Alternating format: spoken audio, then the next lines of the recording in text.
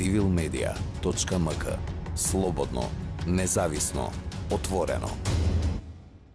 Мерсиха, сведоци сме од минатата вечер дека на еден неизвесен напад или говор на омраза лично кон тебе и да ни кажеш малку околу тоа што се случува, како го доживуваш тоа и што всушност ќе преземеш околу тоа. Ви благодарам за прашањето и за следењето будно на оваа состојба која што се случува неколку дена. Светот во моментот нешто многу повеќе од Македонија е глобално што се случува, и тоа е војната која е помеѓу Израел и Палестина и нападите врз Газа, каде што јас нормално јавност ја искажав својот став. Имаше многу дебати и дискусии на социјалните мрежи во кои што не влегов нормално во ниту една дискусија, бидејќи секој има право на свој личен став, а фактите и доказите си стојат достапни за секого. Но политичкиот лидер и вработен во Министерството за одбрана господинот Петар Богоевски тоа го искористи за конечно да добие некакво малку внимание од јавноста. Почна да ме напаѓа, да ме тагира или да ме на своите постови, да поистоветува мојот активизам со активностите на ИСИС или мојата осуда на теророт кој се случува врз палестинското население, да го бара да го осудам истото бидејќи или сум дел од нив и слично. Значи поистоветувањето на мене со ИСИС, и тоа не беше само еден пост, туку во неколку наврати тој ме тагира на неговиот личен Facebook профил, на неговата лична Facebook страна, но и на страната на неговата политичка партија. Значи, на сите три аспекти, ако промашите да го видите на неговата странка, видите на неговиот Facebook профил или слично.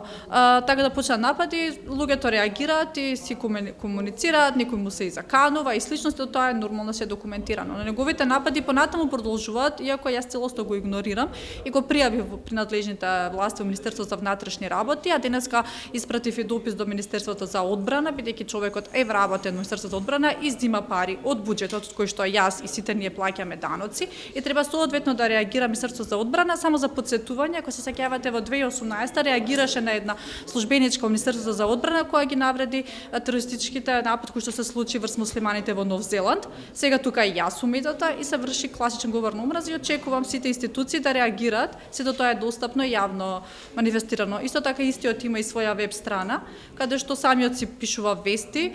Само би замолила ако може мојот идентитет да биде вистински. Ми се греши презимето, на мојот сопруг, името, презимето на мојот брат, и еден таков текст кој што ќе остане како на Google пребарувачот достапен, како што се навредува мојот интегритет, моето достоинство, но пред се неговиот говор на омраза со кој што дури мојата безбедност е загрозена, мојот активизам се однесува и на бегалските кампови, каде што се присутни и припадници на воената армија, и замислете ако тие го читаат неговиот пост каде што тој мене ме поистоветува со членка на терористичката организација ИСИС, како би реагирале кога поред нив поминува една таква, според неговите така наречена припадничка. Така да ова е навистина сериозно нешто, многу посериозно од претходните напади на кои што сум била мета на говорот на омраза, и очекувам институциите да реагираат и невладините кои што мониторираат во своите годишни извештаи, неделни или месечни, да го стават ова како говор на омраза, кој што се надевам дека нема да произлезе до едно злосторство од омраза кое што нормално многу лесно може да ескалира. Секој говор на омраза ескалира во поголеми размери ако истиот не се спречи и не се казни. Дали веќе имате одговор од некоја институција каде што сте реагирале?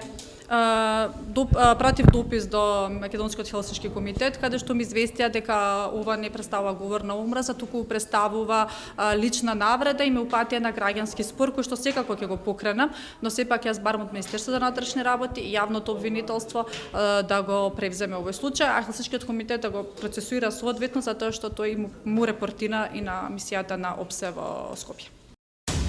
civilmedia.mk. Слободно, независно, отворено.